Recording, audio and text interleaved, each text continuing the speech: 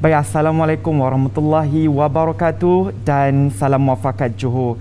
Selamat datang ke program Minggu Haluan Siswa MHS untuk hari yang keempat dan saya ucapkan selamat pagi dan saya doakan semua berada dalam keadaan baik-baik sahaja. Baik, saya kira belum terlambat untuk saya ucapkan tahniah dan syabas kepada mahasiswa-mahasiswi baru semester 1 sesi 2021-2022 kerana anda telah sahaja membuat pilihan yang tepat untuk mencorakkan pendidikan anda di Universiti Tun Hussein On Malaysia. Juga tahniah buat anda kepada mahasiswa baru kerana telah memilih Global Technopreneur University, Universiti Tun Hussein On Malaysia. Baik, bersama saya Ibrahim Sakmin menemani anda dalam slot Integriti Mahasiswa dan kita bawakan panel yang terbaik dan istimewa buat anda untuk kita bercerita lebih lanjut berkaitan slot integriti mahasiswa ini. Baik, rakan-rakan mahasiswa baru, saya ceritakan apakah tujuan slot ini dijalankan.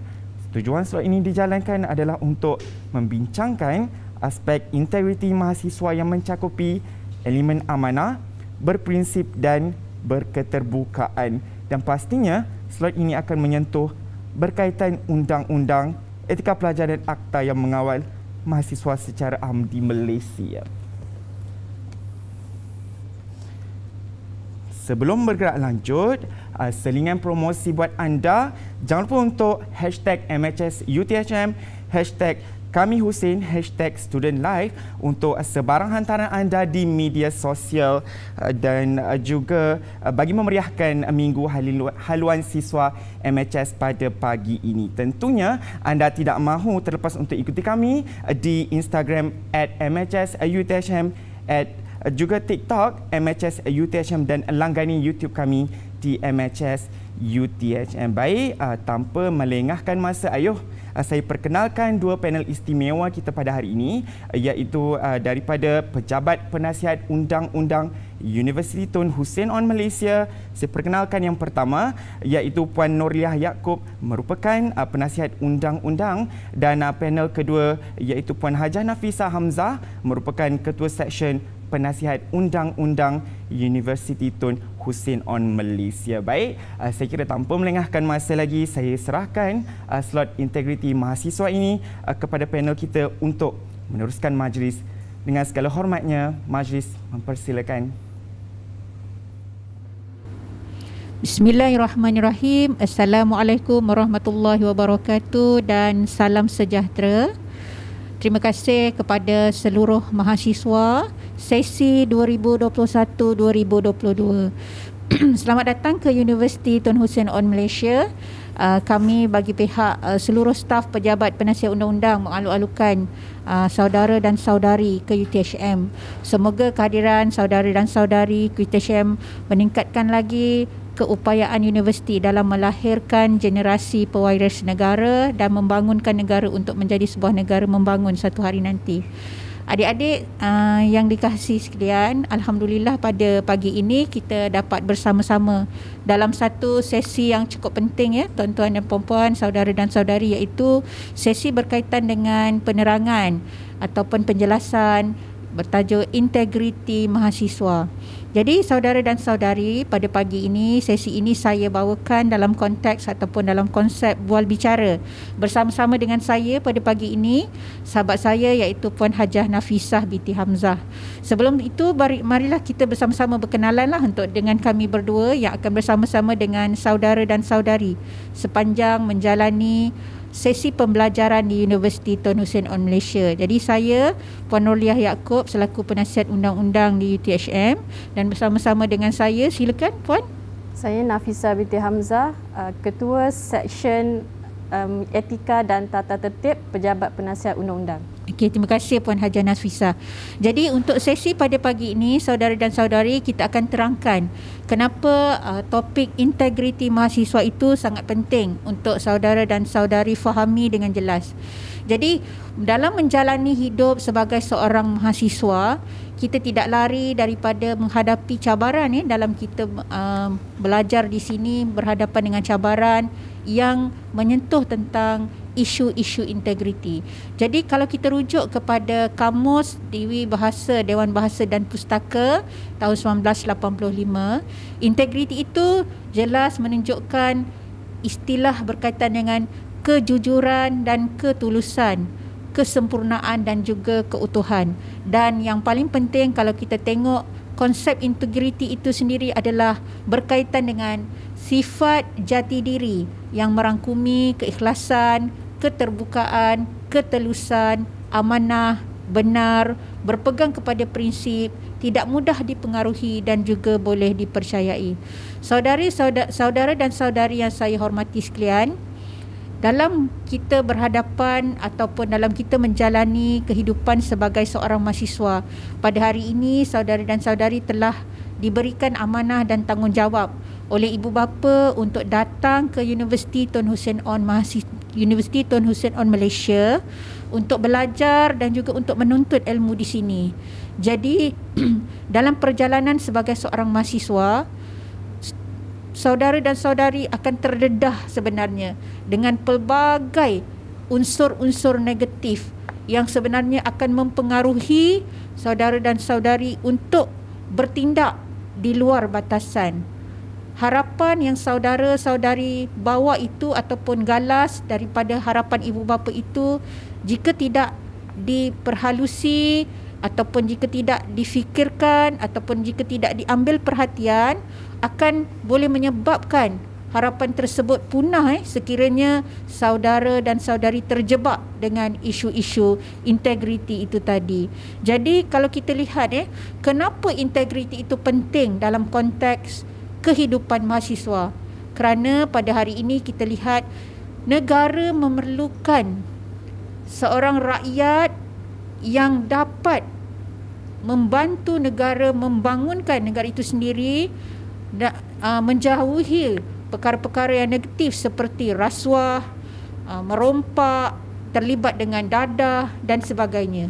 Sebab itu pada hari ini jika saudara dan saudari hadir ke UTHM, peranan UTHM adalah berusaha bersungguh-sungguh untuk menjadikan saudara dan saudari sebagai mahasiswa yang dapat mempunyai jati diri, dapat menolak anasir-anasir negatif yang cuba untuk mendekati saudara dan saudari.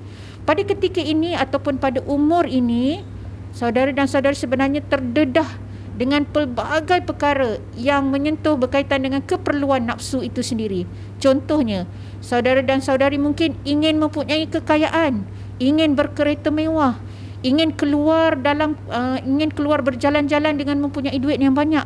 Jadi contoh itu tadi boleh mempengaruhi saudara untuk terlibat dalam aktiviti pengedaran dadah contohnya. Mungkin merasakan dengan mengedar dadah boleh mempunyai duit yang banyak. Ataupun saudara dan saudari dah boleh mula terjebak dengan perangai-perangai ataupun sikap untuk cuba terlibat dalam rasuah. Sebab contohnya rasuah itu mungkin saudara dan saudari lihat boleh menjadikan kita mempunyai wang yang banyak.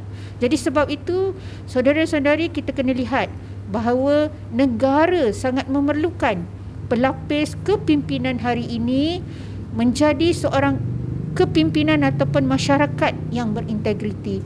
Biarlah kita miskin harta, tetapi kita mempunyai jati diri, mempunyai keutuhan jiwa dan juga dapat bersifat dengan sifat-sifat yang murni demi pembangunan negara dan ummah itu sendiri. Jadi Puan Nafisah, mungkin Puan Nafisah boleh jelaskan dalam kehidupan sebagai mahasiswa di universiti ini, mungkin apa sebenarnya peraturan-peraturan ataupun undang-undang yang boleh perlu dipatuhi oleh pelajar itu sendiri. Silakan Puan. Ya, terima kasih Puan Nolia. Jadi kita kalau sebagai seorang pelajar, dah masuk UTHM dan daftar UTHM ni, Puan Nolia, jadi kita sebenarnya banyak the moment kita masuk saja pintu pagar UTHM itu sendiri, sebenarnya kita dah terikat. Ataupun tak masuk pintu pagar UTHM pun, keluar daripada UTHM pun, kita berada di mana-mana, di kampung, di taman perumahan, di rumah sewa, kita membawa identiti ataupun membawa kad pengenalan UTHM tersebut. Jadi walau di mana pun kita berada, kita masih terikat dengan peraturan-peraturan yang telah ditetapkan oleh universiti. Kalau kita lihat, sebenarnya peraturan memang banyak. Tapi kita ingat, peraturan tu bukannya untuk sekadar mengikat saja. tetapi ianya kita lihat tadi maksud integriti tadi adalah kesempurnaan. Kita perlukan pelajar yang bukan saja elok dari segi akademiknya, pandai belajarnya, tapi juga kita memerlukan pelajar yang syumul, kita boleh katakan. Elok juga dari segi sahsiahnya. Jadi peraturan-peraturan yang akan saya sebut ini bukanlah bermaksud untuk mengekang pelajar, tapi kita kena set dalam minda kita adalah untuk menjadikan baik, menjadikan sempurna pelajar-pelajar itu. Jadi di UTHM ni, kita masuk pintu pagar je, kita dah ada peraturan lalu lintas, Puan Nolia. Kita juga dari segi pakaiannya, kita ada etika berpakaian pelajar, kena ikut macam mana yang ditetapkan pakaiannya tu. Kalau orang pergi mana pun tengok student UTHM, dia tahu kalau pakai kasut tu, pakai seluar jeans pun, tapi mesti seluar jeansnya kemas, bukan koyak rabak.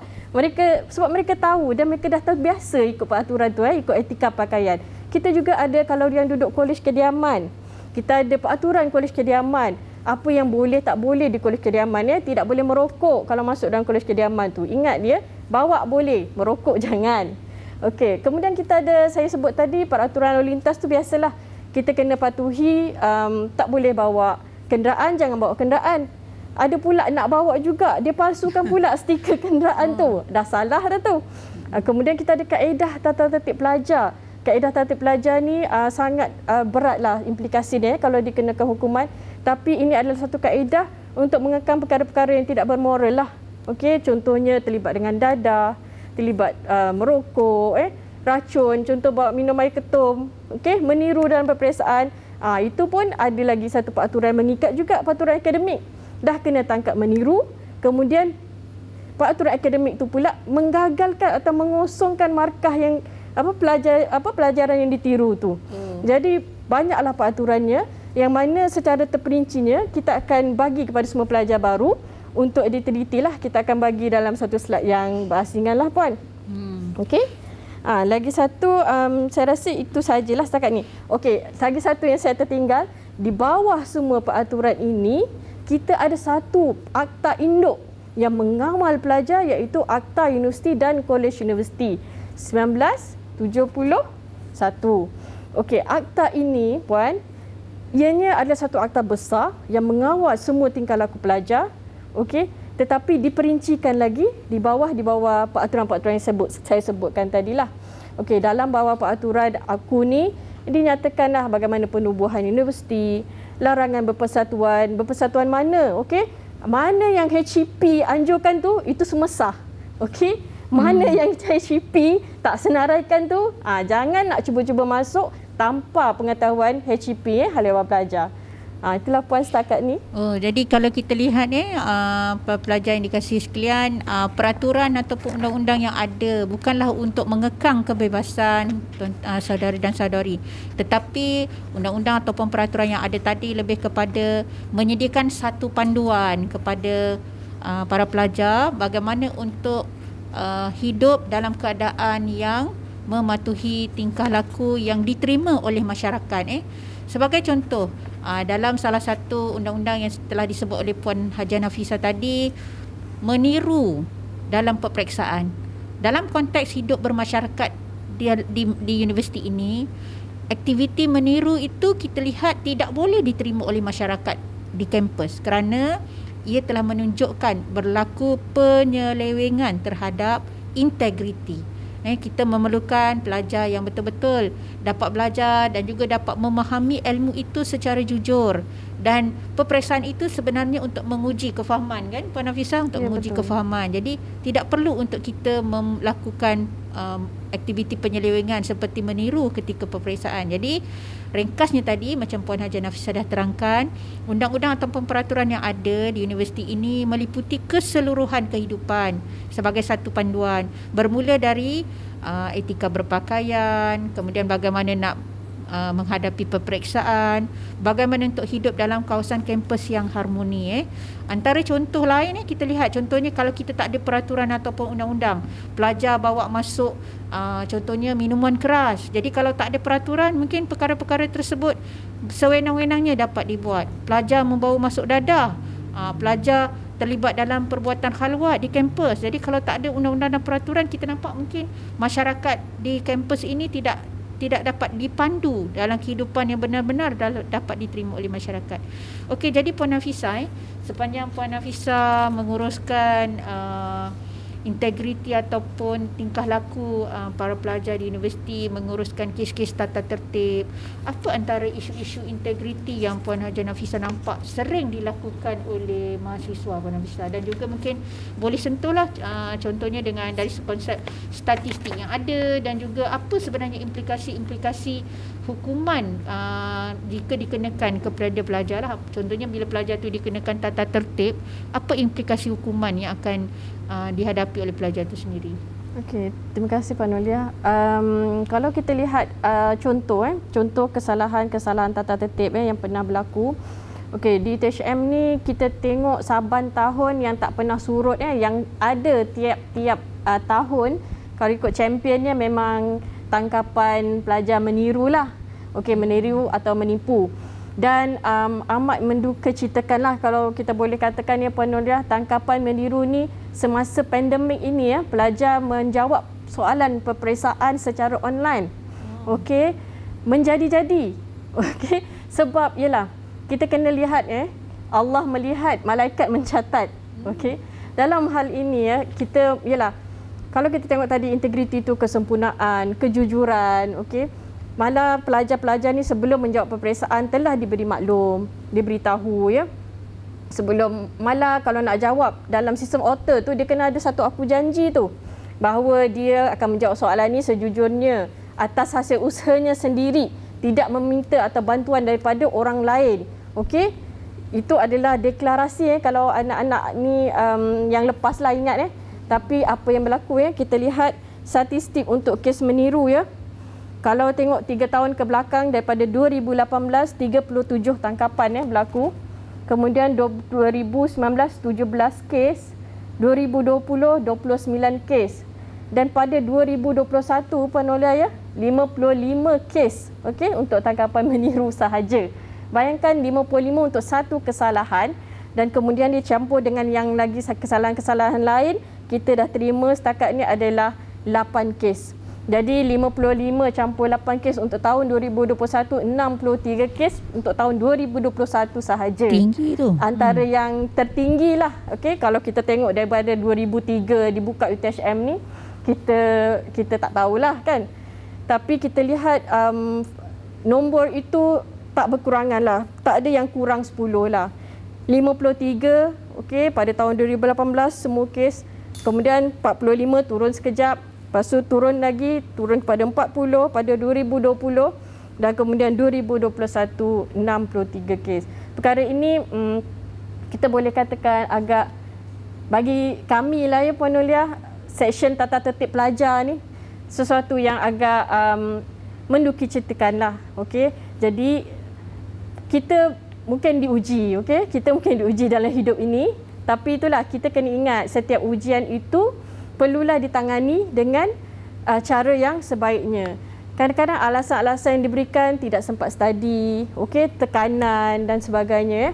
Ada juga yang memang terlalu ingin mencapai matlamat, dapat A dan sebagainya, sehingga terpaksa mengenepikan integriti dan sebagainya lah. Jadi perkara ini memang agak menyedihkan, tetapi kami pegawai-pegawai di pejabat PUU sentiasa rasa meletakkan positif lah dalam diri kami bahawa anak-anak ini perlu ditegur dan mungkinlah dihukum. Tapi jangan anggap hukuman itu sebagai satu titik noktah dalam hidup di UTHM ini. Tapi anggap itu adalah satu teguran dan juga pengajaran. Itu yang kami selalu terapkanlah, terutama kepada pelajar-pelajar yang baru nak kenal hidup ni kan. Jadi kalau boleh, saya ambil kata-kata salah seorang TNC HEPA mengatakan bahawa pelajar ini kalau buat salah di UTHM, kita cuci dia, kita bersihkan dia sebelum kita lepaskan dia kepada masyarakat. Itu hasrat kita lah, untuk menghukum tapi bagi tujuan mendidik. Itulah Puan Nolia. Jadi pelajar-pelajar mungkin kena tahulah Puan implikasi sekiranya pelajar-pelajar ni ditangkap, dikenakan tindakan. Yang pertama, bila ditangkap, kena tata tertib ni, hukuman dia ialah kita ada hukuman daripada amaran yang paling ringan hinggalah ke tindakan paling berat iaitu dibuang universiti ya. Okey. Lagi satu, pelajar-pelajar ni kadang-kadang dia paling takut bila kesalahan itu direkodkan dalam sistem maklumat pelajar. Okey. Selain daripada tu amaran, denda, denda maksimum RM100 ya. Kadang saya pelik juga kes-kes memalsukan stiker ni, Puan Nolia, sanggup mereka membayar hingga stiker palsu tu nak bawa kenderaan punya pasal tu, sanggup membayar sebanyak RM150 untuk satu stiker. Lebih daripada yang dia boleh bayar denda ni. Okey. Kemudian hukumannya lagi dilarang berada memasuki mana-mana bahagian atau bahagian tertentu universiti bagi tempoh yang ditetapkan. Contohnya rosakkan atau vandalism, rosakkan barang universiti, tak dibenarkan masuk universiti. Tak kira lah awak dah bayar yuran universiti ke tidak, dah bayar yuran pun masuk library, tetap kalau dihukum dilarang daripada memasuki premis tu. Kemudian yang digantung daripada menjadi seorang pelajar universiti, gantung pengajian. Dan akhir sekali yang paling berat, dipecat daripada universiti lah, iaitu yang dibuang daripada universiti lah. Selain daripada tadi yang saya maksudkan di rekod tersebut, tata tertib itu akan ada kekal hingga akhir pengajian lah di dalam sistem maklumat pelajar. Pelajar juga disenarai hitamkan dalam senarai penerima anugerah. Once kamu ada kesalahan tata tertib, kamu tidak layak menerima apa-apa anugerah yang ditawarkan oleh universiti walaupun result kamu sangat bagus ya. Dari segi penajaan dan beasiswa juga akan, kerana ada satu klausa untuk pelajar-pelajar ni mengikut kepada penaja masing-masing lah. Ada satu penaja ni yang memang sangat strict. Walaupun dikenakan hukuman amaran, kesalahannya ringan, tapi since ianya adalah satu kesalahan tata tertib, maka pelajar terus ditarik balik beasiswanya. Itu melihat kepada penaja masing-masing lah. Dan ibu bapa juga akan dimaklumkan hukuman yang dikenakan. Ibu bapa akan dapat satu salinan ya. Jangan ingat perkara ni terhenti di sini saja. Jadi kamu kena berhadapanlah dengan ibu bapa atau penjaga tentang apa yang telah dikenakan kepada kamu. Jadi sebelum nak buat apa-apa tu, nak buat apa-apa yang salah tu ya, kena ingat, pandang dulu, teringat, gambarkan muka ibu bapa dahulu sebelum nak buat apa-apa kesalahan tata tertib ya. Ingat muka mak, ingat muka bapa, siapa-siapa yang menjaga kamu ya. Betapa kecewanya dia bila mendapat surat tu ya, surat memaklumkan bahawa anak mereka mempunyai kesalahan tata tertib dan dikenakan hukuman. Dan tidak dinyatakan juga di dalam surat ni Puan Nolia, kalau tanggapan meniru tu ya Puan, ada kesan daripada akademik ya, markah tersebut boleh dikosongkan. Mungkin kamu meniru satu soalan saja kan, tapi markah yang boleh dibatalkan tu, dikosongkan tu adalah keseluruhan. Itu ada dinyatakan dalam peraturan, iaitu markah carry marks pun boleh dikosongkan. Jadi bayangkan satu semester punya usaha tu ya Puan, satu usaha sepanjang satu semester itu hilang macam tu saja disebabkan oleh satu soalan yang kamu tiru. Jadi itu adalah implikasi yang saya ceritakan di sini sebagai peringatan lah. Jangan nak cuba-cuba buat, jangan tergerak pun nak buat, fikir pun nak buat ya. Itulah untuk anak-anak ni lah. Betul lah Puan Hafizah, sebab kita lihat sekarang ni, kalau kita lihat penerangan Puan dan juga slide tu tadi, implikasi kepada tindakan tata tertib ni sebenarnya sangat berat. Kalau kita perhatikan di situ, antara yang paling saya terkesan di situ di senarai hitam dalam senarai penerima anugerah universiti. Rupanya kita pernah ada kes Puan Hafizah yang dia tercalon untuk menerima anugerah dekan, anugerah chancellor ataupun layak untuk menerima anugerah-anugerah yang berprestis masa majlis convocation, tetapi oleh kerana terlibat dalam penyelewengan akademik, oleh kerana terlalu sangat nak mengejar A- ataupun A+ tu, jadi menyebabkan dia meniru akhirnya di pertengahan jalan mereka terus tidak layak sehingga ke tahun akhir pengajian. Jadi kita nampak di situ kesannya cukup berat tuan-tuan dan puan-puan, saudara dan saudari. Ingat-ingat pesan Puan Hafizah tadi, ingat ibu bapa, ingat penjaga. Hukuman yang dikenakan itu sebenarnya, katalah saudari dan saudari dipecat dari universiti. Bayangkan telah berada pada tahun ketiga pengajian tiba-tiba dipecat dari universiti. Sedih Puan Nafisah.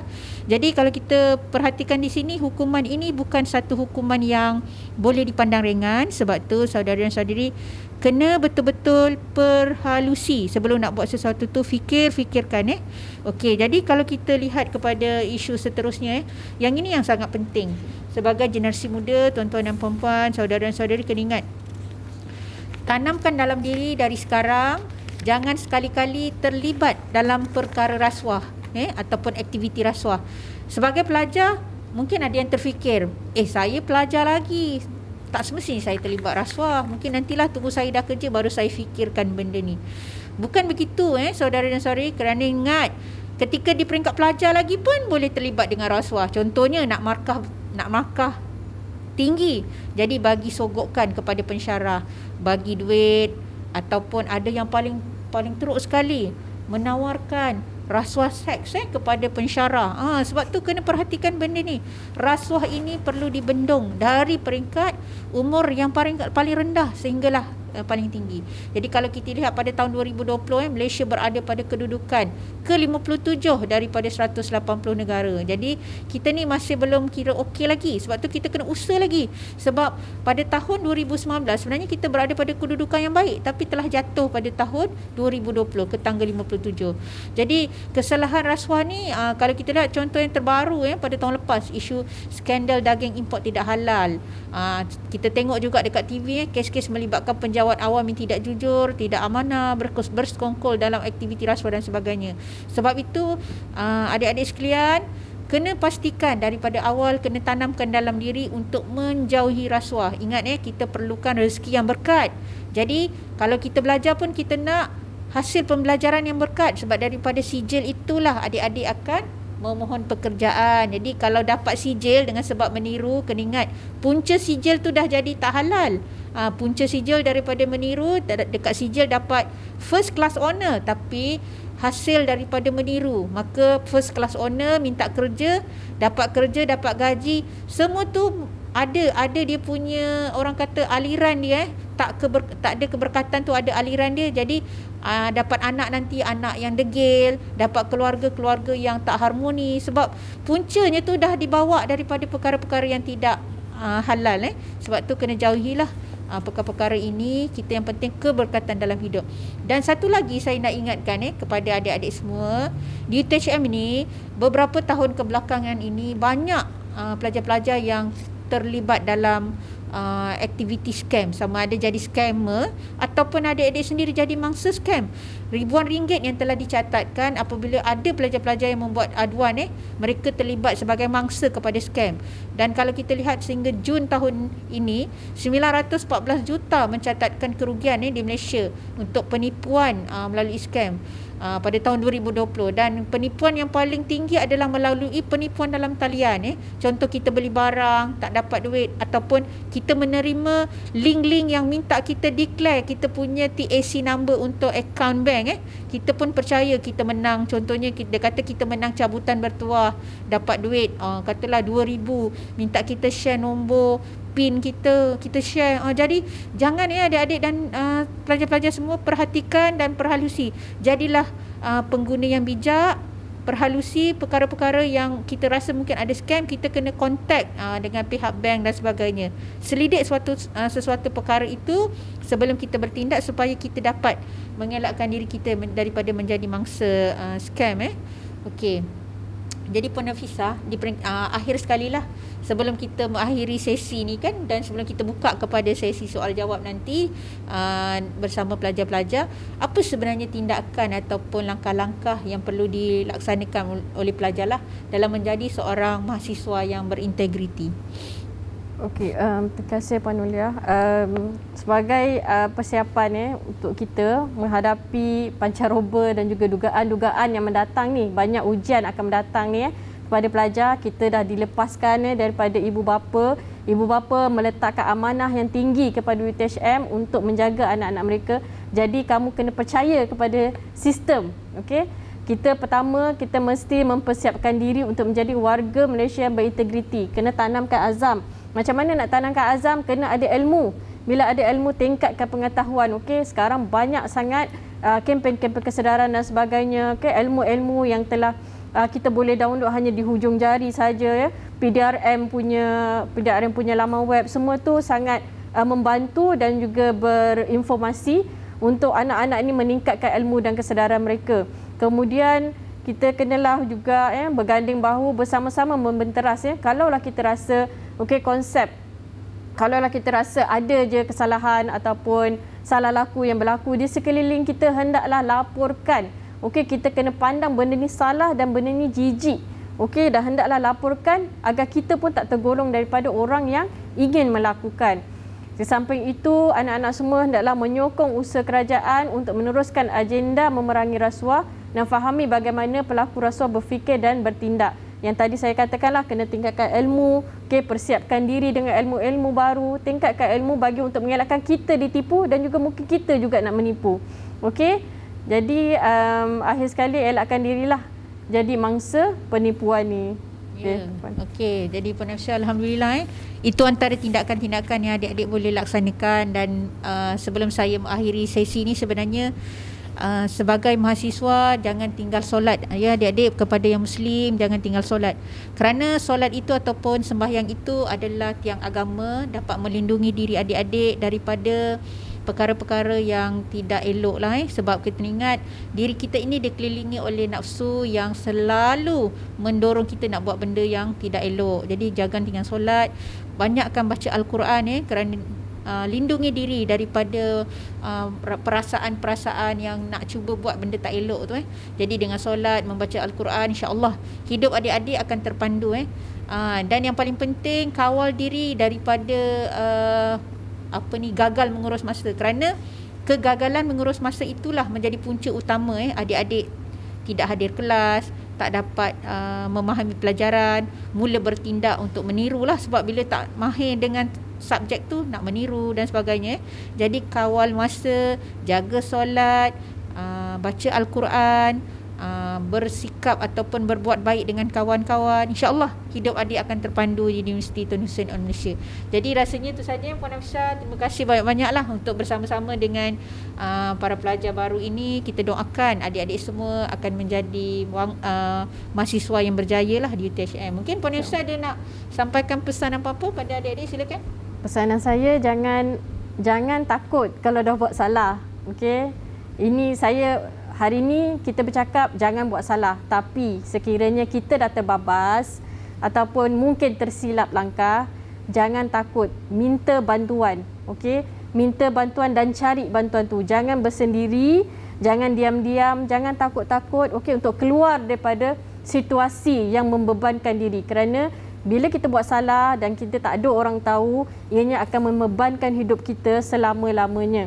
Jadi sekiranya ada anak-anak yang telah menjadi mangsa ataupun membuat salah dan sebagainya, minta bantuan keluar daripada situasi tersebut. Minta bantuan daripada HEP.